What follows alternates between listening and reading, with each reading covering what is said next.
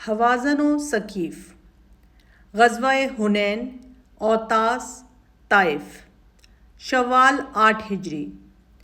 وَيَوْمَ حُنَيْنٍ إِذْ أَعْجَبَتْكُمْ كَثْرَتُكُمْ۔ حنین مکہ اور طائف کے درمیان ایک وادی کا نام ہے۔ ذوالمجاز عرب کا مشہور بازار اور عرفہ سے 3 میل ہے اور یہ اس کے دامن میں ہے۔ اس مقام کو اوطاس بھی کہتے ہیں۔ حوازن ایک بڑے قبیلے کا نام ہے جس کی بہت سی شاخیں ہیں۔ اسلام کی فتوحات کا دائرہ گو وسیع ہوتا جاتا تھا، لیکن اہل عرب دیکھ رہے تھے کہ ان کا قبلہ اعظم یعنی مکہ اب تک محفوظ ہے۔ ان کا خیال تھا کہ محمد اگر قریش پر غالب آ گئے اور مکہ فتح ہو گیا تو بے شبہ وہ سچے پیغمبر ہیں۔ مکہ جب فتح ہوا تو تمام قبائل نے خود پیش قدمی کی اور اسلام قبول کرنا شروع کیا، لیکن حوازن و ثقیف پر اس کا الٹا اثر پڑا۔ یہ قبیلے نہایت جنگجو اور فنون جنگ سے واقف تھے۔ اسلام کو جس قدر غلبہ ہوتا جاتا یہ زیادہ مضطر ہوتے تھے کہ ان کی ریاست اور امتیاز کا خاتمہ ہوا چاہتا ہے۔ اس بنا پر فتح مکہ کے بعد حوازن اور ثقیف کے رؤسا نے یہ سمجھ لیا کہ اب ان کی باری ہے، اس لیے انہوں نے ایک دوسرے سے مل کر مشورہ کیا اور تمام قبائل سے قرارداد ہو گئی کہ مسلمانوں کے خلاف جو اس وقت مکہ میں جمع ہیں ایک عام حملہ کیا جائے۔ مکہ فتح ہوا تو ان کو یقین ہو گیا کہ اب جلد تدارک نہ کیا گیا تو پھر کوئی طاقت اسلام کو زیر نہ کر سکے گی۔ حضرت صلی اللہ علیہ وآلہ وسلم کی روانگی کے وقت ان کو یہ غلط خبر پہنچی تھی کہ حملے کا رخ انہی کی طرف ہے، اس لیے اب انتظار کی حاجت بھی نہ تھی۔ دفعتاً بڑے زور و شور کے ساتھ خود حملے کے لیے بڑھے۔ جوش کا یہ عالم تھا کہ ہر قبیلہ تمام اہل و عیال لے کر آیا تھا کہ بچے اور عورتیں ساتھ ہوں گے تو ان کی حفاظت کی غرض سے لوگ جانے دیں گے۔ اس معرکے میں اگرچہ ثقیف اور حوازن کی تمام شاخیں شریک تھیں، تاہم کعب اور کلاب الگ رہے۔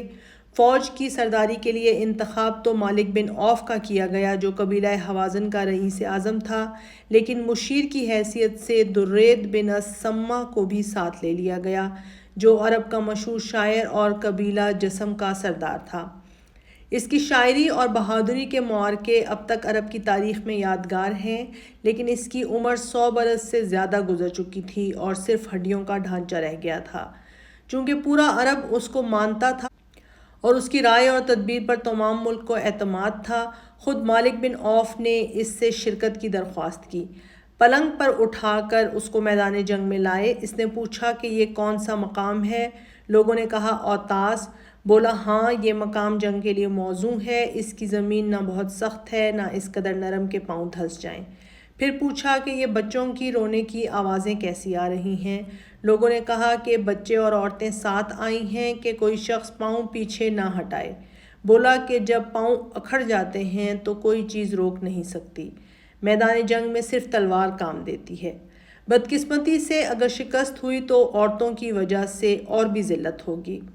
پھر پوچھا کہ کعب اور کلاب بھی شریک ہیں یا نہیں، اور جب یہ معلوم ہوا کہ ان معزز قبیلوں کا ایک شخص بھی میدان جنگ میں نہیں تو کہا اگر آج کا دن عزت و شرف کا دن ہوتا تو کعب و کلاب غیر حاضر نہ ہوتے۔ اس کی رائے تھی کہ میدان سے ہٹ کر کسی محفوظ مقام میں فوجیں جمع کی جائیں اور وہیں اعلان جنگ کیا جائے، لیکن مالک بن عوف نے جو 30 سالہ نوجوان تھا جوش شباب میں اس رائے کو قبول کرنے سے انکار کیا اور کہا کہ آپ خرف ہو چکے، آپ کی عقل بیکار ہو چکی۔ رسول اللہ صلی اللہ علیہ وآلہ وسلم کو مکہ میں ان واقعات کی خبر پہنچی تو آپ نے تصدیق کے لیے حضرت عبداللہ بن ابی حدرد کو بھیجا رضی اللہ عنہ۔ وہ جاسوس بن کر حنین میں آئے اور کئی دن تک فوج میں رہ کر تمام حالات تحقیق کیے۔ آپ صلی اللہ علیہ وآلہ وسلم نے مجبوراً مقابلے کی تیاریاں کیں۔ رسد اور سامان جنگ کے لیے قرض کی ضرورت پیش آئی۔ عبداللہ بن ابی ربیعہ جو ابو جہل کے بے مات بھائی تھے نہایت دولت مند تھے، ان سے 30,000 درہم قرض لیے۔ صفوان بن امیہ جو مکہ کا رئیس اعظم اور مہمان نوازی میں مشہور تھا لیکن اب تک اسلام نہیں لایا تھا، اس سے آپ صلی اللہ علیہ وآلہ وسلم نے اسلحہ جنگ مستعار مانگے۔ اس نے 100 زرہیں اور ان کے لوازمات پیش کیے۔ شوال 8 ہجری مطابق جنوری فروری 630 عیسوی اسلامی فوجیں جن کی تعداد 12,000 تھی اس سر و سامان سے حنین پر بڑھیں کہ صحابہ رضی اللہ عنہم کی زبان سے بے اختیار یہ نکل گیا کہ آج ہم پر کون غالب آ سکتا ہے، لیکن بارگاہ ایزدی میں یہ نازش پسند نہ تھی۔ لقد نصركم الله في مواطن كثيرة ويوم حنين إذ أعجبتكم كثرتكم فلم تغن عنكم شيئا وضاقت عليكم الأرض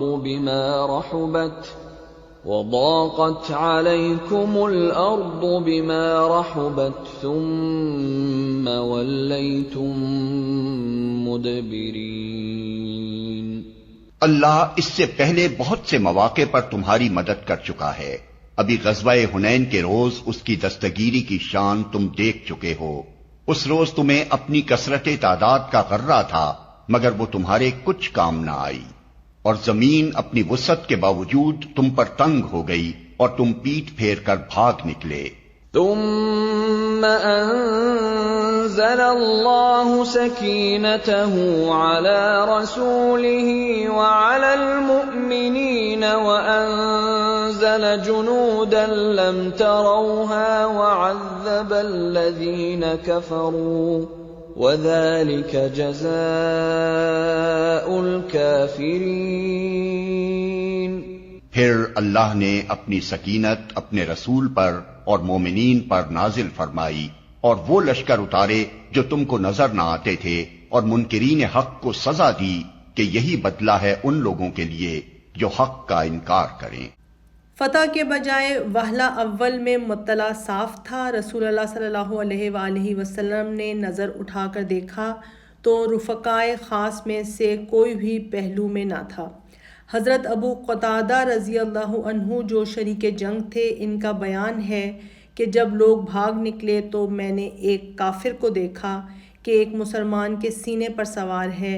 میں نے عقب سے اس کے شانے پر تلوار دے ماری جو ذرا کو کاٹ کر اندر اتر گئی۔ اس نے مڑ کر مجھ کو اس زور سے دبوچا کہ میری جاں پر بن گئی، لیکن پھر وہ ٹھنڈا ہو کر گر پڑا۔ اسی اثنا میں نے حضرت عمر رضی اللہ عنہ کو دیکھا، پوچھا کہ مسلمانوں کا کیا حال ہے؟ بولے کہ قضائے الہی یہی تھی۔ شکست کے مختلف اسباب تھے۔ مقدمۃ الجیش میں جو حضرت خالد رضی اللہ عنہ کی افسری میں تھا، زیادہ تر فتح مکہ کے جدید الاسلام نوجوان تھے۔ وہ جوانی کے غرور میں اسلحہ جنگ پہن کر بھی نہیں آئے تھے۔ فوج میں 2,000 طلقاء یعنی وہ لوگ تھے جو اب تک اسلام نہیں لائے تھے۔ ہوازن قدر اندازی میں تمام عرب میں اپنا جواب نہیں رکھتے تھے۔ میدان جنگ میں ان کا ایک تیر بھی خالی نہیں جاتا تھا۔ کفار نے معرکہ گاہ میں پہلے پہنچ کر مناسب مقامات پر قبضہ کر لیا تھا اور تیر اندازوں کے دستے پہاڑ کی گھاٹیوں، کھوؤں اور دروں میں جا بجا جما دیے تھے۔ فوج اسلام نے صبح کے وقت جب خوب اجالا بھی نہیں ہوا تھا حملہ کیا۔ میدان جنگ اس قدر نشیب میں تھا کہ پاؤں جم نہیں سکتے تھے۔ حملہ آوروں کا بڑھنا تھا کہ سامنے سے 1000 فوجیں ٹوٹ پڑیں۔ ادھر کمی گاہوں سے قدر اندازوں کے دستے نکل آئے اور تیروں کا میم برسا دیا۔ مقدمۃ الجیش ابتری کے ساتھ بے قابو ہو کر پیچھے ہٹا اور پھر تمام فوج کے پاؤں اکھڑ گئے۔ صحیح بخاری میں ہے کہ فَأَدْبَرُوا عَنْهُ بَقِي وَحْدَهُ، یعنی سب لوگ ٹل گئے اور حضرت صلی اللہ علیہ وآلہ وسلم اکیلے رہ گئے۔ تیروں کا می برس رہا تھا۔ 12,000 فوجیں ہوا ہو گئی تھیں، لیکن ایک پیکر مقدس پا برجا تھا جو تنہا ایک فوج، ایک ملک، ایک اقلیم، ایک عالم بلکہ مجموعہ کائنات تھا۔ آپ صلی اللہ علیہ وآلہ وسلم نے داہنی جانب دیکھا اور پکارا، یا معشر الانصار۔ آواز کے ساتھ صدا آئی، ہم حاضر ہیں۔ پھر آپ نے بائیں جانب مڑ کر پکارا، اب بھی وہی آواز آئی۔ آپ سواری سے اتر پڑے اور جلال نبوت کے لہجے میں فرمایا، میں اللہ کا نبی اور اس کا پیغمبر ہوں۔ بخاری کی دوسری روایت میں ہے، انا النبی لا کذب انا ابن عبد المطلب، میں پیغمبر ہوں، یہ جھوٹ نہیں ہے، میں عبد المطلب کا بیٹا ہوں۔ حضرت عباس رضی اللہ عنہ نہایت بلند آواز تھے۔ آپ نے ان کو حکم دیا کہ مہاجرین اور انصار کو آواز دو۔ انہوں نے نعرہ مارا، یا معشر الانصاریہ یا اصحاب الشجرہ، او گروہ انصار، او اصحاب شجرہ، یعنی بیت رضوان والے۔ اس پراثر آواز کا کانوں میں پڑنا تھا کہ تمام فوج دفتن پلٹ پڑی۔ جن لوگوں کے گھوڑے کشمکش اور گھمسان کی وجہ سے مڑ نہ سکے، انہوں نے زرہیں پھینک دیں اور گھوڑوں سے کود پڑے۔ دفتن لڑائی کا رنگ بدل گیا، کفار بھاگ نکلے اور جو رہ گئے ان کے ہاتھوں میں ہتکڑیاں تھیں۔ بنو مالک ثقیف کی ایک شاخ تھی، جم کر لڑے، لیکن ان کے 70 آدمی مارے گئے، اور جب ان کا علمبردار عثمان بن عبداللہ مارا گیا تو وہ بھی ثابت قدم نہ رہ سکے۔ شکست خوردہ فوج ٹوٹ پھوٹ کر کچھ اوطاس میں جمع ہوئی اور کچھ طائف میں جا کر پناہ گزین ہوئی، جس کے ساتھ سپہ سالار لشکر مالک بن عوف بھی تھا۔ اوطاس: درید بن السماء کئی ہزار کی جمعیت لے کر اوطاس میں آیا۔ آپ صلی اللہ علیہ وآلہ وسلم نے ابو عامر اشعری کے ماتحت تھوڑی سی فوج اس کے استحصال کے لیے بھیج دی۔ حضرت ابو عامر درید کے بیٹے کے ہاتھ مارے گئے اور علم اسلام ان کے ہاتھ میں تھا۔ یہ حالت دیکھ کر حضرت ابو موسیٰ اشعری رضی اللہ عنہ نے آگے بڑھ کر حملہ کیا، دشمن کو قتل کر کے علم اس کے ہاتھ سے چھین لیا۔ درید ایک شتر پر ہودج میں سوار تھا۔ ربیہ رضی اللہ عنہ بن رفیع نے اس پر تلوار کا وار کیا، لیکن اچٹ کر رہ گیا۔ اس نے کہا، تیری ماں نے تجھ کو اچھے ہتھیار نہیں دیے۔ پھر کہا کہ میرے محمل میں تلوار ہے، نکال لو، اور جب اپنی ماں کے پاس واپس جانا تو کہنا کہ میں نے درید کو قتل کر دیا۔ ربیہ رضی اللہ عنہ نے جا کر ماں کو اس کے قتل کی خبر دی تو اس نے کہا، اللہ کی قسم، درید نے تیری 3 ماؤں کو آزاد کرایا تھا۔ اسیران جنگ کی تعداد ہزاروں سے زیادہ تھی۔ ان میں حضرت شیمہ رضی اللہ عنہ بھی تھیں، جو رسول اللہ صلی اللہ علیہ وآلہ وسلم کی رضائی بہن تھیں۔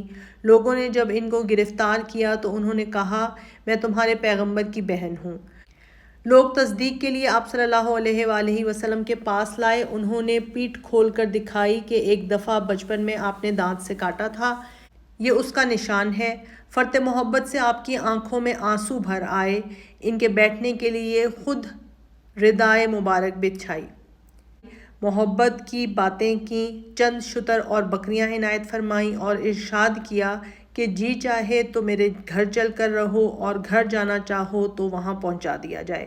انہوں نے خاندان کی محبت سے وطن جانا چاہا، چنانچہ عزت اور احترام کے ساتھ پہنچا دی گئیں۔ محاصرہ طائف: حنین کی بقیہ شکست خوردہ فوج طائف میں جا کر پناہ گزین ہوئی اور جنگ کی تیاریاں شروع کیں۔ طائف نہایت محفوظ مقام تھا۔ طائف اس کو اس لیے کہتے ہیں کہ اس کے ارد گرد شہر پناہ کے طور پر 4 دیواری تھی۔ یہاں ثقیف کا جو قبیلہ آباد تھا، نہایت شجاع، تمام عرب میں ممتاز اور قریش کا گویا ہمسر تھا۔ عروہ بن مسعود جو یہاں کا رئیس تھا، ابو سفیان معاویہ کے باپ کی لڑکی اس کو بیاہی تھی۔ کفار مکہ کہتے تھے کہ قرآن اگر اترتا تو مکہ یا طائف کے رؤسا پر اترتا۔ یہاں کے لوگ فن جنگ سے بھی واقف تھے۔ طبری اور ابن اسحاق نے لکھا ہے کہ عروہ بن مسعود اور غیلان بن سلمہ نے جرش یعنی یمن کا ایک ضلع میں جا کر قلعہ شکن آلات یعنی دبابہ، زبور اور منجنیق کے بنانے اور استعمال کرنے کا فن سیکھا تھا۔ یہاں ایک محفوظ قلعہ تھا۔ اہل شہر اور حنین کی شکست خوردہ فوج نے اس کی مرمت کی، سال بھر کا رسد کا سامان جمع کیا، چاروں طرف منجنیقیں اور جا بجا قدر انداز متعین کیے۔ آپ صلی اللہ علیہ وآلہ وسلم نے حنین کے مال غنیمت اور اسیران جنگ کے متعلق حکم دیا کہ جورانہ میں محفوظ رکھے جائیں اور خود طائف کا عزم کیا۔ حضرت خالد رضی اللہ عنہ مقدمۃ الجیش کے طور پر پہلے روانہ کر دیے گئے تھے۔ غرض محاصرہ ہوا اور اسلام میں یہ پہلا موقع تھا کہ قلعہ شکن آلات یعنی دبابہ اور منجنیقیں استعمال کیے گئے۔ دبابہ پر اہل قلعہ نے لوہے کی گرم سلاخیں برسائیں اور شدت کی تیز باری کی کہ حملہ آوروں کو ہٹنا پڑا۔ بہت سے لوگ زخمی ہوئے، 20 دن تک محاصرہ رہا لیکن شہر فتح نہ ہو سکا۔ آپ صلی اللہ علیہ وآلہ وسلم نے نوفل بن معاویہ کو بلا کر پوچھا کہ تمہاری کیا رائے ہے؟ انہوں نے کہا کہ لومڑی بھٹ میں گھس گئی ہے، اگر کوشش جاری رہی تو پکڑ لی جائے گی، لیکن چھوڑ دی جائے تب بھی کچھ اندیشہ نہیں۔ چونکہ صرف مدافعت مقصود تھی، آپ صلی اللہ علیہ وآلہ وسلم نے حکم دیا کہ محاصرہ اٹھا لیا جائے۔ صحابہ رضی اللہ عنہ نے عرض کی کہ آپ ان کو بددعا دیں۔ آپ نے یہ دعا دی: اے اللہ، ثقیف کو ہدایت کر اور توفیق دے کہ میرے پاس حاضر ہو جائیں۔ تقسیم غنائم۔ محاصرہ چھوڑ کر آپ جورانہ تشریف لائے۔ غنیمت کا بے شمار ذخیرہ تھا: 6,000 اسیران جنگ، 24,000 اونٹ، 40,000 سے زیادہ بکریاں اور 4,000 اوقیہ چاندی تھی۔ اسیران جنگ کے متعلق آپ نے انتظار کیا کہ ان کے عزیز و اقارب آئیں تو ان سے گفتگو کی جائے، لیکن کئی دن گزرنے پر کوئی نہ آیا۔ مال غنیمت کے 5 حصے کیے گئے، 4 حصے حسب قاعدہ اس فوج کو تقسیم کیے گئے، خمس بیت المال اور غربا و مساکین کے لیے رکھا گیا۔ مکہ کے اکثر رؤسا جنہوں نے حال میں اسلام قبول کیا تھا ابھی تک مذبذب الاعتقاد تھے۔ انہی کو قرآن مجید میں مؤلفۃ القلوب کہا ہے۔ قرآن مجید میں جہاں زکوٰۃ کے مصارف بیان کیے ہیں، ان لوگوں کا نام بھی ہے۔ آپ صلی اللہ علیہ وآلہ وسلم نے ان لوگوں کو نہایت فیاضانہ انعامات دیے، جن کی تفصیل یہ ہے: ابو سفیان ماء اولاد 300 اونٹ اور 20 اوقیہ چاندی، حکیم بن حزام 200 اونٹ، نضر بن حارث بن کلدہ ثقفی 100 اونٹ، صفوان بن امیہ 100 اونٹ، قیس بن عدی 100 اونٹ، سہیل بن عمرو 100 اونٹ، حویطب ابن عبد العزیٰ 100 اونٹ۔ اس کے علاوہ 3 غیر ملکی نو مسلم رئیس بھی ان انعامات کے مستحق ٹھہرے: اقرع بن حابس تمیمی 100 اونٹ، عیینہ بن حسین فزاری 100 اونٹ، مالک بن عوف نصری 100 اونٹ۔ ان کے علاوہ بہت سے لوگوں کو 50-50 اونٹ عطا فرمائے۔ عام تقسیم کی روح سے فوج کے حصے میں جو آیا وہ فی کس 4 اونٹ اور 40 بکریاں تھیں۔ چونکہ سواروں کو تگنا حصہ ملنا تھا، اس لیے ہر سوار کے حصے میں 12 اونٹ اور 120 بکریاں آئیں۔ جن لوگوں پر انعام کی بارش ہوئی عموماً اہل مکہ اور اکثر جدید الاسلام تھے۔ اس پر انصار کو رنج ہوا۔ بعضوں نے کہا رسول اللہ صلی اللہ علیہ وآلہ وسلم نے قریش کو انعام دیا اور ہم کو محروم رکھا، حالانکہ ہماری تلواروں سے اب تک قریش کے خون کے قطرے ٹپکتے ہیں۔ بعض بولے کہ مشکلات میں ہماری یاد ہوتی ہے اور غنیمت اوروں کو ملتی ہے۔ آپ صلی اللہ علیہ وآلہ وسلم نے یہ چرچے سنے تو انصار کو طلب فرمایا، ایک چرمی خیمہ نصب کیا جس میں لوگ جمع ہوئے۔ آپ صلی اللہ علیہ وآلہ وسلم نے انصار کی طرف خطاب کیا کہ تم نے ایسا کہا۔ لوگوں نے عرض کی کہ حضور صلی اللہ علیہ وآلہ وسلم، ہمارے سربر آور لوگوں میں سے کسی نے یہ نہیں کہا۔ نوخیز نوجوانوں نے یہ فقرے کہے تھے۔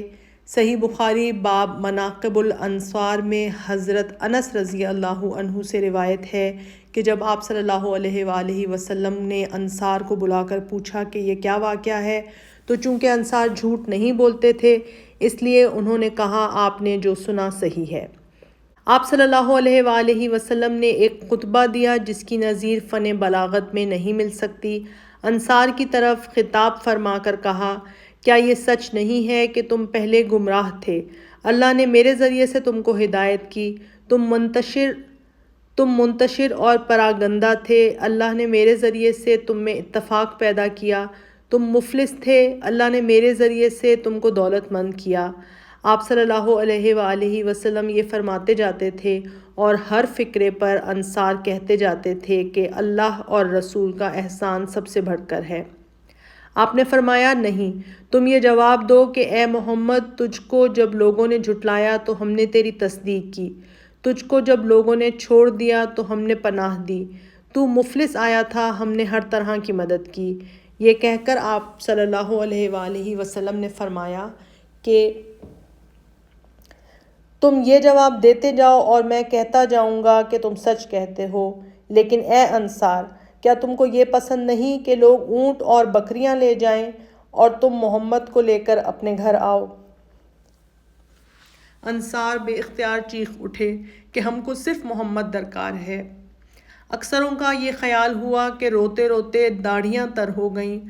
آپ نے انصار کو سمجھایا کہ مکہ کے لوگ جدید الاسلام ہیں، میں نے ان کو جو کچھ دیا حق کی بنا پر نہیں دیا بلکہ تالیف قلب کے لیے دیا۔ حنین کے اسیران جنگ اب تک جورانہ میں محفوظ تھے۔ ایک معزز سفارت حضرت صلی اللہ علیہ وآلہ وسلم کی خدمت میں حاضر ہوئی کہ اسیران جنگ رہا کر دیے جائیں۔ یہ وہ قبیلہ تھا کہ آپ کے رضائی والدہ حضرت حلیمہ رضی اللہ عنہ اسی قبیلے سے تھیں۔ رئیس قبیلہ زہیر بن سرد نے کھڑے ہو کر تقریر کی اور آپ صلی اللہ علیہ وآلہ وسلم کی طرف مخاطب ہو کر کہا، جو عورتیں چھپروں میں محبوس ہیں انہی میں تیری پھپھیاں اور تیری خالائیں ہیں۔ اللہ کی قسم اگر سلاطین عرب میں سے کسی نے ہمارے خاندان کا دودھ پیا ہوتا تو ان سے بہت کچھ امیدیں ہوتیں اور تجھ سے تو اور بھی زیادہ توقعات ہیں۔ آپ صلی اللہ علیہ وآلہ وسلم نے فرمایا کہ خاندان عبد المطلب کا جس قدر حصہ ہے وہ تمہارا ہے، لیکن عام رہائی کی تدبیر یہ ہے کہ نماز کے بعد مجمع ہو تو سب کے سامنے یہ درخواست پیش کرو۔ نماز ظہر کے بعد ان لوگوں نے یہ درخواست مجمع کے سامنے پیش کی۔ آپ نے فرمایا، مجھ کو صرف اپنے خاندان پر اختیار ہے، لیکن میں تمام مسلمانوں سے ان کے لیے سفارش کرتا ہوں۔ مہاجرین اور انصار بول اٹھے، ہمارا حصہ بھی حاضر ہے۔ اس طرح 6000 دفعتاً آزاد تھے۔ واقعات متفرقہ۔ حضرت ماریہ رضی اللہ عنہا کے بطن سے اسی سال ایک لڑکا پیدا ہوا جس کا نام حضرت صلی اللہ علیہ وآلہ وسلم نے ابراہیم رکھا۔ آپ کو اس بچے سے نہایت محبت تھی۔ 1.5 سال یعنی 17 یا 18 مہینے زندہ رہا۔ جس دن ابراہیم رضی اللہ عنہ نے وفات پائی، سورج گرہن ہوا۔ عرب کا عقیدہ تھا کہ سورج گرہن عظیم الشان انسان کی موت کی علامت ہے۔ لوگوں نے سمجھا کہ یہ ابراہیم کی موت کا نتیجہ ہے۔ آپ صلی اللہ علیہ وآلہ وسلم نے لوگوں کو جمع کر کے خطبہ دیا کہ سورج اور چاند اللہ کی قدرت ہیں، کسی کے مرنے اور جینے سے اس میں گرہن نہیں لگتا۔ اس کے بعد آپ نے کسوف کی نماز باجماعت ادا فرمائی۔ آپ صلی اللہ علیہ وآلہ وسلم کی صاحبزادی حضرت زینب رضی اللہ عنہ کا بھی اسی سال انتقال ہوا۔